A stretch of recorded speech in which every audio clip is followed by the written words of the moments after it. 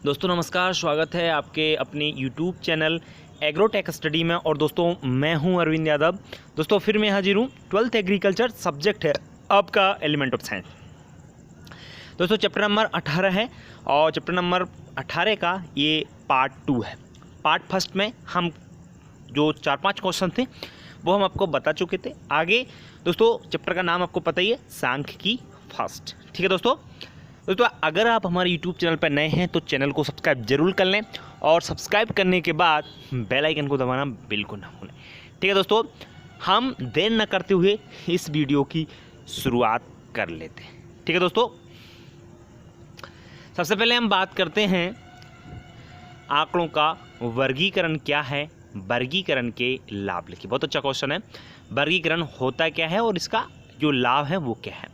दोस्तों वर्गीकरण एक ऐसी प्रक्रिया होती है जिसके द्वारा हम अव्यवस्थित आंकड़ों को, अव्यवस्थित मतलब जो व्यवस्थित नहीं हो, वो अव्यवस्थित आंकड़ों को व्यवस्थित रूप में प्रस्तुत करके संभावित एवं महत्वपूर्ण परिणाम निकाले जाते हैं। आपका वर्गीकरण कहलाता है। सिंपल सी भाषा में आपको समझाने की कोशिश करूं तो कोई भी आंकड़े हैं वो कि अव्यवस्थित हैं, व्यवस्थित रूप से नहीं है, तो उनको व्यवस्थित करना है और उनसे क्या करना है, जो भी उसका रिजल्ट है, जो भी उसका परिणाम है, महत्वपूर्ण परिणाम, वो निकालना है और संभावित जितना हो सके संभावित आपके जो महत्वपूर्ण परिणाम निकाले जाते हैं किसके द्वारा, वर्गीकरण करने के बाद। ठीक है ना, कोई भी चीज़ है उसे वर्गों में बांट लिया, उसको अव्यवस्थित उसको व्यवस्थित करना है और उनसे संभावित और परिणाम आपके जो हैं वो निकालना है। ठीक है ना, तो समझ में आ गया डेफिनेशन। बात करते हैं इसके लाभ की। लाभ और क्लियर हो जाएंगे तो आपकी डेफिनेशन भी इससे अच्छी तरीके से क्लियर होगी। जैसे हम बात करते हैं सबसे पहले वर्गीकरण से आंकड़ों को सरल एवं संक्षिप्त बनाते हैं जिससे समझने में सुविधा होती है। बिल्कुल, हम वर्गों में जब उसको बांट लेते हैं तो वो सरल भी हो जाते हैं, संक्षिप्त यानी छोटे भी हो जाते हैं, जिससे हमको क्या होती है, उनको समझने में सुविधा होती है। ठीक है दोस्तों, सेकंड हम जब बात करते हैं वर्गीकरण द्वारा आंकड़ों की तुलना करने में सहायता मिलती है। बिल्कुल, जब वर्गों में बांट लिया, बाकी के पहले के जो आंकड़े हैं अगर उनसे हम तुलना कर रहे हैं, उसकी तुलना करेंगे तो तुलना करने में भी हमको क्या मिलेगी, सहायता मिलेगी, क्योंकि उन्हें विभिन्न वर्गों में आपने बांट दिया है इसलिए। थर्ड नंबर पर दोस्तों वर्गीकरण से आंकड़ों की समानता व असमानता भी स्पष्ट हो जाती है। बिल्कुल दोस्तों, आंकड़ों की समानता और असमानता, कौन से आंकड़े समान हैं, कौन से आपके अलग अलग हैं, तो इनकी भी आपकी जो आंकड़ों की समानता असमान दोनों ही स्पष्ट हो जाती हैं। ठीक है, चौथे पॉइंट की बात करें, वर्गों में बांटने के बाद वर्गीकरण द्वारा सारणीयन तथा विश्लेषण की अन्य क्रियाओं का आधार भी तैयार हो जाता है। बिल्कुल, वर्गीकरण के बाद वर्गों में बांट दिया, फिर आप जैसे सारणी तैयार करते हो और फिर उनका विश्लेषण करते हो कि एक्चुअल में इनका रिजल्ट क्या है, इनका परिणाम क्या है। तो सारणी में रखने के लिए और विश्लेषण करने के लिए जो भी क्रियाएं, उनका जो आधार होता है, उनका बेस होता है, वो वर्गीकरण द्वारा बन जाता है। तो दोस्तों ये थे आपके वर्गीकरण से कौन कौन से लाभ होते हैं। वो उम्मीद करता हूँ थोड़ा बहुत तो आपको क्लियर हुआ होगा, क्योंकि वर्गीकरण का जो मतलब है वो आपको पता होना चाहिए। वर्गीकरण का सीधा मतलब ये है, कोई भी आंकड़े हैं उनको विभिन्न वर्गों में बांटना। जब उनको विभिन्न वर्गों में बांटते हैं तो अपन को कौन कौन से लाभ होते हैं वो अच्छी तरीके से आपके क्लियर हो गए होंगे। ठीक है दोस्तों, बात करते हैं आगे नेक्स्ट क्वेश्चन की। नेक्स्ट है दोस्तों वर्गीकरण की प्रमुख विशेषताएं बताइए। आपका जो वर्गीकरण होता है, आंकड़ों का हम जब वर्गीकरण करते हैं तो उनमें क्या विशेषताएं होना चाहिए। ठीक है, कैसे क्या विशेषताएं होती हैं ये भी कह सकते हैं। तो दोस्तों सबसे पहले एक आधार पर संपूर्ण वर्गीकरण होना चाहिए। विशेषता पहली क्या होना चाहिए कि एक आधार पर संपूर्ण पूरा वर्गीकरण होना चाहिए। बिल्कुल, बेस क्या होना चाहिए, एक होना चाहिए और उसी के आधार पर जितने भी आप आंकड़ों का वर्गीकरण कर रहे हो तो पूरा उसी में आ जाना चाहिए। सेकंड है दोस्तों वर्गीकरण का आधार स्पष्ट होना चाहिए। बिल्कुल, ये स्पष्ट हो जाना चाहिए कि आप जो क्लासिफिकेशन कर रहे हो, जो वर्गों में बांट रहे हो, उसका आधार पूरी तरीके से क्या है वो आपका स्पष्ट होना चाहिए। ठीक है ना। थर्ड है दोस्तों, जब आप क्लासिफिकेशन में ऐसे वर्ग बनाना चाहिए, वर्गीकरण जब आप कर रहे हो तो वहाँ पर ऐसी क्लास बनाना चाहिए, ऐसी वर्ग बनाना चाहिए ताकि आवश्यकता अनुसार उनको घटाया बढ़ाया सके। बिल्कुल, कि मान के चलिए आपने जो आंकड़े हैं उनका जो क्लासिफिकेशन कर लिया है, देन आफ्टर उनको घटाना बढ़ाना है, कहीं भी अपन को करेक्शन करना है तो वो करेक्शन भी किया जा सके, तो ऐसे ही हमको वर्ग बनाना चाहिए। ठीक है दोस्तों, चौथा है वर्ग में रखी गई इकाइयाँ सजातीय होना चाहिए। बिल्कुल, वर्ग में जो भी आप यूनिट का उपयोग कर रहे हो वो कैसी होना चाहिए, आपकी सजातीय होने। दो तरह की श्रेणियाँ होती हैं दोस्तों, एक होती है सजातीय और एक होती है विजातीय। तो यहाँ पर कैसी इकाइयाँ होना चाहिए, आपकी सजातीय श्रेणी होना चाहिए। ठीक है, ये आपको समझ में आ गया होगा कि वर्गीकरण की क्या विशेषता होना चाहिए। इंपॉर्टेंट क्वेश्चन है, बात करते हैं आगे। नेक्स्ट है दोस्तों, आंकड़े संग्रह करने की विधियों को समझें। अच्छा क्वेश्चन है, आंकड़े हम एकत्रित करते हैं, उनका संकलन करते हैं, तो कौन कौन सी विधियों से हम उनको संकलन एकत्रित कर सकते हैं। बहुत अच्छा क्वेश्चन है दोस्तों। तो सबसे पहली जो विधि है वो है प्रत्यक्ष व्यक्तिगत अन्वेषण, यानी आप खुद के द्वारा इसका क्या करते हो, आंकड़ों को इकट्ठा करते हो। समझिए इसको अच्छी तरीके से।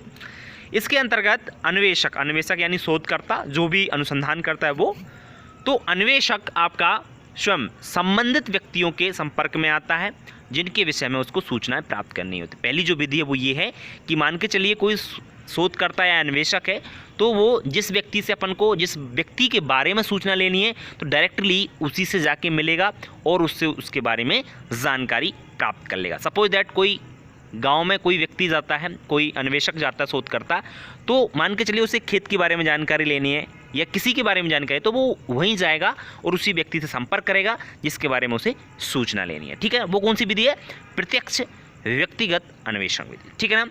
इसके गुण क्या होते हैं दोस्तों इस विधि के, इसके गुण जो होते हैं, इस विधि द्वारा प्राप्त आंकड़े शुद्ध तथा विश्वसनीय होते हैं। बिल्कुल, क्योंकि व्यक्ति स्वयं संपर्क करता है, स्वयं सूचना प्राप्त करता है, तो जो आंकड़े मिलेंगे शुद्ध मिलेंगे पहली बात, और विश्वसनीय होते हैं। विश्वसनीय क्यों होंगे, क्योंकि विश्वास होता है, खुद पर विश्वास होता है, पूरी चीज़ हमने उसी व्यक्ति के द्वारा ली है, जो भी सूचना ली है हमने उसी द्वारा ली है, स्वयं ली है, तो विश्वसनीय होती है। ठीक है ना।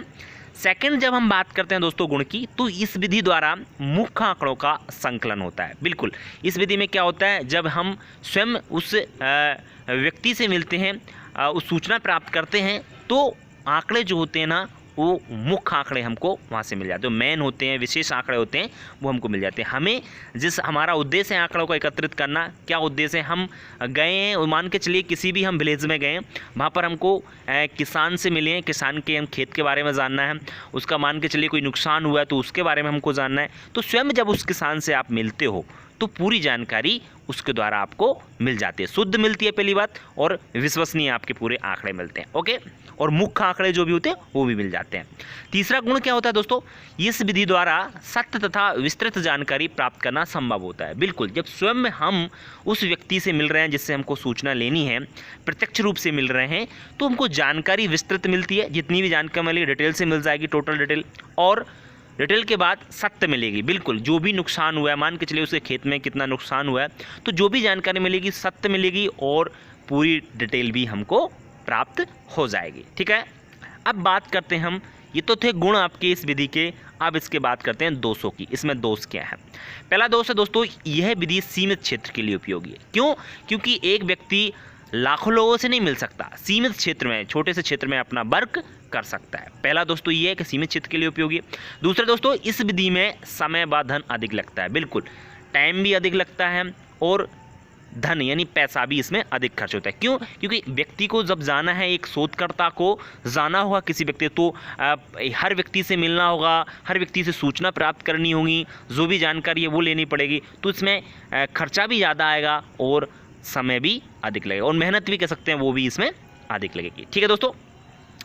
तीसरा आपका क्या हो सकता है, तीसरा दोष है वो है, इस विधि में अन्वेषक के व्यक्तिगत पक्षपात की संभावना रहती है। बिल्कुल, मान के चलिए कोई पटवारी ही समझ लीजिए कि वो जांच करने जाता है अपने गांव में कि ओले पड़े हैं या फसल नुकसान हुई है तो किसका नुकसान हुआ है, तो जब व्यक्ति विशेष से मिलेगा वो, तो वहाँ पे वो जब मिलता है तो मान के चलिए किसी किसान का ही नुकसान हुआ है, तो पक्षपात रहता है वहाँ। पक्षपात की कैसी संभावना रहती है, क्योंकि हो सकता है उसका 10% नुकसान हुआ हो और व्यक्तिगत जब मिल रहा है तो उसे 60 गांठ करके और मान के चलिए 100%, 60% या 50% नुकसान लिख दे। समझ रहे हो ना बात को, तो मैं वो कहना चाह रहा हूँ, इसमें पक्षपात जो रहता है उसकी संभावना बढ़ जाती है। ठीक है, तो ये थे दोस्तों आपके प्रत्यक्ष जो विधि थी आपकी, उसके दोष। अब बात करते हैं सेकंड विधि जो है, उसका नाम है आपका परोक्ष या परोक्ष अन्वेषण विधि कह सकते हैं, या अप्रत्यक्ष भी कह सकते हैं इसको। ठीक है ना। इसमें क्या है समझिए इसको दोस्तों। क्षेत्र विस्तृत होने के कारण, मान के चलिए क्षेत्र बड़ा है, बहुत बड़ा है, तो क्षेत्र बड़ा होगा तो अन्वेषक जो भी शोध करता है, अन्वेषक के लिए यह संभव नहीं होता कि वह प्रत्यक्ष रूप से सूचनाएं प्राप्त कर सके, संपर्क में आकर आंकड़े एकत्रित कर सके। ऐसी दशा में अन्वेषक परोक्ष रूप से सूचनाएं प्राप्त करता है या सूचनाएं एकत्रित करता है। बिल्कुल, सपोज दैट क्षेत्र बड़ा है और कोई पटवारी, समझ लीजिए अपन तो ऐसा उदाहरण ले रहे हैं, वो जाता है किसी क्षेत्र में, तो अब उसको क्षेत्र बड़ा होने के कारण हर व्यक्ति से तो नहीं मिल सकता। जब एक एक व्यक्ति से वो नहीं मिल सकता तो क्या करता है, वो परोक्ष रूप से आंकड़े एकत्रित करता है। परोक्ष का मतलब क्या है कि मान के चलिए आपका गांव है तो आपसे ना मिल करके गांव के मुखिया से उसने मिल लिया, जैसे सरपंच है तो उससे मिल लिया, और सरपंच से ही उसने पूरे गांव की जानकारी प्राप्त कर ली कि मान के चलिए फसल से संबंधित है तो कितना नुकसान हुआ, उस व्यक्ति का कितना हुआ, उस व्यक्ति का कितना हुआ, इस तरीके से उसने पूरा आंकड़ा ले लिया। तो वो होता है आपका परोक्ष रूप से। ठीक है दोस्तों, अब बात करते हैं परोक्ष रूप से जो अन्वेषण विधि है इसके गुण क्या होते हैं। गुण में आपका सबसे पहले इसमें धन श्रम कम लगता है, बिल्कुल, क्योंकि खर्चा भी कम आएगा, मेहनत भी कम लगेगी, क्योंकि हमको गांव में जाना है, थोड़ी देर में हमें उस मुखिया से मिले और उससे हमने पूरे गांव की जो भी जानकारी थी, पूरे किसानों की जानकारी उनसे उपलब्ध हो गई हमको। ठीक है ना, तो मेहनत भी कम लगी, पैसा भी कम लगा और आपका काम भी हो गया। सेकंड है दोस्तों इसका गुण, अन्वेषकों को अधिक कठिनाई नहीं होती। जो भी शोध करता है, जो भी अनुसंधान करता है, जो भी पटवारी है सपोज दैट, है ना, तो उसको अधिक कठिनाई नहीं होती है, क्योंकि जानकारी जो है ना, एक व्यक्ति से जब पूरी जानकारी मिल जाती है तो उसे अधिक दिक्कतों का सामना, कठिनाइयों का सामना नहीं करना पड़ता। तो दोस्तों ये थे आपके परोक्ष विधि के, परोक्ष अन्वेषण विधि के आपके गुण। अब बात करते हैं इसके दोषों की। दोष क्या होते हैं इसमें? सबसे पहली बात यह है कि अन्वेषक जो भी है, शोधकर्ता, वो प्रत्यक्ष रूप से सूचना देने वालों के संपर्क में नहीं आता। जब प्रत्यक्ष रूप से जो सूचना देने के संपर्क में नहीं आता तो इसलिए परिणामों की शुद्धता की उच्च मात्रा नहीं होती। बिल्कुल, क्योंकि अब पता तो है ही नहीं, क्योंकि हर व्यक्ति से तो वो मिला नहीं है। जब वो हर व्यक्ति से नहीं मिल रहा है, नहीं मिल पा रहा है प्रत्यक्ष रूप से, किसी एक व्यक्ति से मिल करके उसने पूरी जानकारी ली है, तो परिणामों की शुद्धता नहीं रहती। किसी का 10% हुआ है तो किसी का 20% हुआ है, सरपंच ने लिखवा दिया इसका तो 50% हुआ है। मान के चलिए किसी से, मान के चलो लड़ाई बड़ाई चल रही है गाँव में, तो वो गलत भी बता सकता है उसका कि उसका तो नुकसान हुआ ही नहीं है, जबकि अगर देखा जाए तो उसका नुकसान हुआ हो कहीं। तो इसमें कह सकते हैं परिणामों की जो शुद्धता है वो मात्रा अपन उसको अच्छी तरीके वाली नहीं मिल पाती है। बात करते हैं सेकंड दोष की। जिन व्यक्तियों द्वारा सूचनाएं प्राप्त की जाती हैं, जिन व्यक्तियों द्वारा सूचनाएं प्राप्त की जाती हैं, उनके गलत जानकारी देने पर परिणाम जो होते हैं वो अशुद्ध होते हैं। बिल्कुल, क्या होता है दोस्तों कि मान के चलिए हमने गांव के मुखिया से या सरपंच से जानकारी ली, तो जिसने जानकारी दी अगर गलत जानकारी दे दी तो उससे क्या होगा, जो परिणाम रहेंगे वो आपके सही नहीं मिल पाएंगे। ठीक है दोस्तों, ये थे आपके जो आंकड़े एकत्रित करने की विधियां थी, उनके गुण, दोष एवं उनकी डेफिनेशन क्या थी, समझ में आपको आ गया। बात करते हैं आगे। नेक्स्ट है दोस्तों आपका सारणीयन किसे कहते हैं। सारणीयन क्या होता है, इसके उद्देश्य क्या है। बहुत अच्छा क्वेश्चन है, आगे पूछा जा सकता है, आपके एग्जाम में कई बार पूछा भी गया है, इसलिए आपको अच्छी तरीके से समझना है। तो सारणीयन क्या होता है ये जान लिए पहले। सारणीयन किसी विचाराधीन समस्या को स्पष्ट करने के उद्देश्य से किया जाने वाला सांख्यिकीय आंकड़ों को क्रमबद्ध एवं सुव्यवस्थित प्रस्तुतिकरण सारणीयन कहलाता है। मतलब अच्छे तरीके से समझना है इसका। मान के चलिए कोई समस्या है, विचाराधीन, विचार में है, मतलब मन में है, विचार आ रहे हैं अपन को, वो समस्या है, अब उसको स्पष्ट करना है समस्या को। तो स्पष्ट करने के लिए क्या करेंगे, उद्देश्य क्या होगा, किया जाने वाला सांख्यिकीय आंकड़े, उनका जो आंकड़ा है, सांख्यिकी मतलब संख्याओं में आंकड़ा है, क्रमबद्ध से, क्रम में लिखना है आपको और सुव्यवस्थित करना है उनको। क्रम में 1 2 3 4 करके इस तरह से सारणी जब बनाई जाती है तो आपको पता है कॉलम बनाए जाते हैं, रो बनाई जाती हैं, तो उनको प्रस्तुत करना ही क्या कहलाता है, आपका सारणीयन कहलाता है। प्रस्तुत का मतलब कह सकते हैं अपन उनको दिखाना होता है। कोई भी आंकड़े अगर हम उनको सारणी में बांट कर दिखा देंगे तो वो स्पष्ट भी हो जाएंगे और अच्छी तरीके से प्रस्तुति भी हो जाएंगे। ठीक है, बात करते हैं दोस्तों उद्देश्य, मतलब सारणीयन क्यों करते हैं, उसका उद्देश्य क्या है, ऑब्जेक्टिव क्या है, उसको हम समझने की कोशिश करते हैं। सबसे पहले दोस्तों आंकड़ों को क्रमबद्ध रखकर तुलना करने में, सबसे पहले क्या है कि जो आंकड़े हैं आपने अगर सारणी में उनको प्रस्तुत किया है तो क्रमबद्ध से रखकर उनकी तुलना करने में, मतलब तुलना हो जाएगी, पहले के कोई आंकड़े हैं और नए जो आंकड़े हैं उनसे तुलना करने में, पहली बात ये उद्देश्य होगा तुलना करने के लिए। सेकंड है दोस्तों सारणीयन के रूप में आंकड़ों को प्रस्तुत करने से उनकी विशेषताएं प्रकट हो जाती हैं। बिल्कुल, जब हमने उनको सारणी में सजाया है, सारणी में रखा है, तो जो भी आंकड़े हैं उनको जब प्रस्तुत करने से उनकी जो भी उनकी विशेषता है, उनका जो भी गुण है, वो पूरी तरीके से प्रकट हो जाता है। मान के चलिए कोई स्पेशल है तो हम उसको नोट भी कर सकते हैं, मतलब टिप्पणी भी उस पर लिख सकते हैं। एक लाइन में भी उनका कोई स्पेशल पॉइंट है तो उसको लिख सकते हैं कि सारणी में कि ये चीज़ स्पेशल है, ठीक है ना। तो उसकी जो विशेषता है वो भी प्रकट हो जाती है, ठीक है। नेक्स्ट दोस्तों तीसरा क्या है, इससे सभी प्रश्नों के उत्तर एक ही स्थान पर सुगमता से मिल जाते हैं। मतलब दोस्तों कोई भी प्रश्न है, उनके जो आंसर हैं, कोई भी आंकड़े हैं, उनके जो भी परिणाम है, वो एक ही स्थान पर, क्योंकि सारणी जो होती है आपको पता है, छोटी सारणी कोई ऐसा तो नहीं कि 50 पेज में सारणी होती है। और सारणी का मतलब क्या होता है, एक्चुअल में मतलब ये होता है कि कोई भी इतना भी डाटा हो, कितनी भी आंकड़े हो, उनको एक जगह करना, उनको एक जगह सारणी में एकत्रित करके सुगमता दिखाना कि क्या है, तो एक स्थान पर मिल जाते हैं और समझने में भी उनको सुगमता होती है। ठीक है दोस्तों, ये थे सारणीयन के उद्देश्य जो आपको क्लियर हो गए और डेफिनेशन भी आपकी क्लियर हो गई।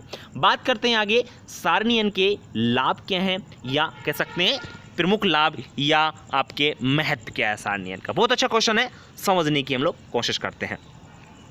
दोस्तों निम्नलिखित आपके लाभ होते हैं। सबसे पहले हम बात करते हैं, इससे आंकड़ों का मूल्यांकन सरलता से किया जा सकता है। बिल्कुल, अगर हमने सारणीयन कर लिया तो जो भी हमको मूल्यांकन करना है तो मूल्यांकन सरलता से किया जा सकता है। सरलता से क्यों किया जा सकता है, कि जो भी आंकड़े आपकी एक सारणी में एकत्रित हो गए इसलिए। ठीक है। सेकंड है दोस्तों, सारणीयन के अंतर्गत ज़्यादा से ज़्यादा सूचना कम स्थान पर प्रदर्शित की जा सकती हैं। बिल्कुल, क्योंकि जो सूचना है ज़्यादा होंगी तो उनको अब सारणी में हम लोग बनाएंगे तो सारणीयन में पूरी तरीके से जो भी सूचना है वो कम स्थान घेरती है। कम स्थान पर ज़्यादा से ज़्यादा चीज़ों को हम लोग सारणी में देख कर मतलब लिख सकते हैं, उनको बता सकते हैं, प्रस्तुत कर सकते हैं। ठीक है। नेक्स्ट है दोस्तों तीसरा, सारणियाँ आंकड़ों की तुलना में सहायक होती हैं। बिल्कुल, जब जो सारणियाँ होती हैं हमें आंकड़ों की तुलना करना हो, पहले के आंकड़ों से मिलाना, उनसे क्या करना, कंपैरिजन जब करना है तो हम उसमें क्या करती हैं, ये सारणियाँ सहायता प्रदान करती हैं, क्योंकि एक जगह हमको पता चल जाता है कि पहले की जो आंकड़े थे वो क्या थे और आज के आंकड़े हैं वो क्या हैं। तो कहने का मतलब क्या है, तुलना करने में ये सहायक होती हैं। चौथे पॉइंट्स की बात करते हैं, सारणियों में प्रविष्ट आंकड़ों को बिंदु रेखा एवं चित्रों के रूप में सरलता से समझा जा सकता है। मतलब सारणियों में प्रविष्ट आंकड़े, कोई भी आंकड़े हैं आपके, उनको बिंदु रेखाओं के द्वारा कोई भी चिन्ह बना करके या चित्रों के रूप में कोई भी चित्र बना करके, सारणी में ही हम चित्र बना सकते हैं, वहाँ पे बिंदु रेखा भी खींच सकते हैं, छोटी बड़ी जैसी भी अपन को खींचना है ना, इंडिकेट कर सकते हैं उनको, तो उनके रूप में उनको सरलता से समझा जा सकता है। बिल्कुल दोस्तों, सरलता से समझा जा सकता है, क्योंकि सारणी में हमने उन आंकड़ों को रख लिया। किसके रूप में, रेखाओं के रूप में, राखें छोटी भी हो सकती हैं, बड़ी भी हो सकती हैं, चित्र के रूप में कि इस चित्र का मतलब ये है, उससे हम उसका सरलता से उनको समझ सकते हैं। दोस्तों ये थे आपके सारणीयन के लाभ या महत्व, जो आपको अच्छी तरीके से क्लियर हो गए होंगे। बात करते हैं आगे नेक्स्ट। दोस्तों नेक्स्ट क्वेश्चन जो है, आंकड़ों का सारणीयन करते समय कौन कौन सी बातों का ध्यान रखना चाहिए। इंपॉर्टेंट क्वेश्चन है। आंकड़ों का हम सारणीयन कर रहे हैं, सारणी में उनको रख रहे हैं, तो हमें कौन कौन सी बातों का ध्यान रखना चाहिए सारणी बनाते समय। सीधी सी बात है, सारणी जब बना रहे हो किसी भी आंकड़ों की तो कौन कौन सी बातों की या कौन कौन सी सावधानी रखनी चाहिए। तो निम्नलिखित सावधानी रखनी है। सबसे पहले हम सावधानी की बात करते हैं दोस्तों, सारणी एक संक्षिप्त, स्पष्ट एवं पूर्ण शीर्षक होना चाहिए। सारणी का कह सकते हैं एक संक्षिप्त मतलब छोटी होना चाहिए, ऐसा नहीं बहुत बड़ी हो। स्पष्ट एवं कह सकते हैं पूर्ण शीर्षक होना चाहिए, छोटे में और स्पष्ट होना चाहिए, और उसका शीर्षक स्पष्ट पूर्ण होना चाहिए, पूरा शीर्षक होना चाहिए। मतलब जो भी उसका टाइटल है वो क्या होना चाहिए, पूर्ण होना चाहिए एवं स्पष्ट होना चाहिए। ठीक है दोस्तों। दूसरा है, सारणी की रचना कागज के अनुरूप होना चाहिए। सपोज दैट आपका कागज 1x1 का है, मतलब कागज जो है ना, तो सारणी भी ऐसा नहीं होना चाहिए वो ज़्यादा बड़ी सारणी है, ऐसा भी नहीं चाहिए बिल्कुल छोटी सारणी है उस कागज में आ ही नहीं रही है। तो जो भी आप उसमें सारणी बना रहे हो वो कागज के अनुरूप होना चाहिए, मतलब कागज के जैसे होना चाहिए। ठीक है दोस्तों।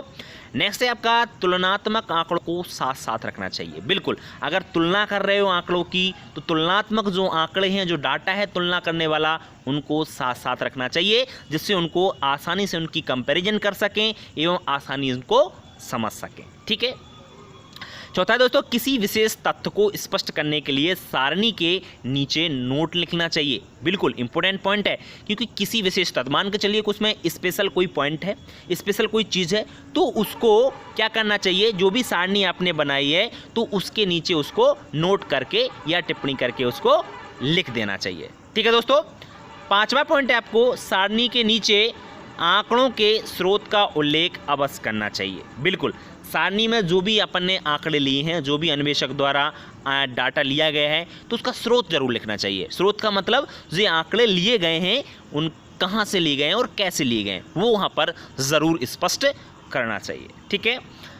छठवां पॉइंट है दोस्तों, यदि सारणी बड़ी है तो पंक्तियों की संख्या डाल देना चाहिए। सपोज दैट कोई सारणी बड़ी होती है, बहुत सारी सारणियाँ, कोई भी डाटा है अपने पास ज़्यादा है तो सारणी बड़ी बन जाती है। जब बड़ी बनती है तो जो भी पंक्तियाँ लिखी जाती है, जो भी कॉलम होते हैं, तो उनका नंबर डाल देना चाहिए, क्योंकि यह डालने से समझने में आसानी या सरलता होती है। ठीक है दोस्तों, ये चैप्टर कंप्लीट हुआ, आपका चैप्टर कंप्लीट हो गया। इससे इतने भी क्वेश्चन बनते थे, पूरे क्वेश्चन आपको मिल गए। इंपॉर्टेंट चैप्टर है, 5 नंबर का इससे पूछा जाना है आपके एग्जाम में, इसलिए आप लोग इसको अच्छी तरीके से समझ भी गए हो। कहीं अगर आपको प्रॉब्लम आता है, समझ में नहीं आता है, तो आप लोग ज़रूर हमसे संपर्क कांटेक्ट कर सकते हैं। हमारा मोबाइल नंबर आपको पता ही है, 7224002628 पर कॉल कर सकते हैं या व्हाट्सअप भी आप पूछ सकते हो। ठीक है दोस्तों, अगर आप ऑनलाइन पढ़ना चाहते हो हमसे, तो आप हमारे संपर्क करिए, जैसे भी हम आपकी क्लास ऑनलाइन भी पढ़ा रहे हैं। ठीक है दोस्तों, आज के लिए इतना ही। वीडियो कैसा लगा कमेंट बॉक्स में लिखकर ज़रूर बताएं। अगर वीडियो अच्छा लगता है तो लाइक ज़रूर करें। दोस्तों, अगर आप हमारे YouTube चैनल पर नए हैं तो चैनल को सब्सक्राइब जरूर कर लें, और सब्सक्राइब करने के बाद बेल आइकन को दबाना ना भूलें, जिससे आपको नए वीडियो का जो नोटिफिकेशन है वो आपको जल्द से जल्द प्राप्त हो जाए। ठीक है दोस्तों, आज के लिए इतना ही। नमस्कार।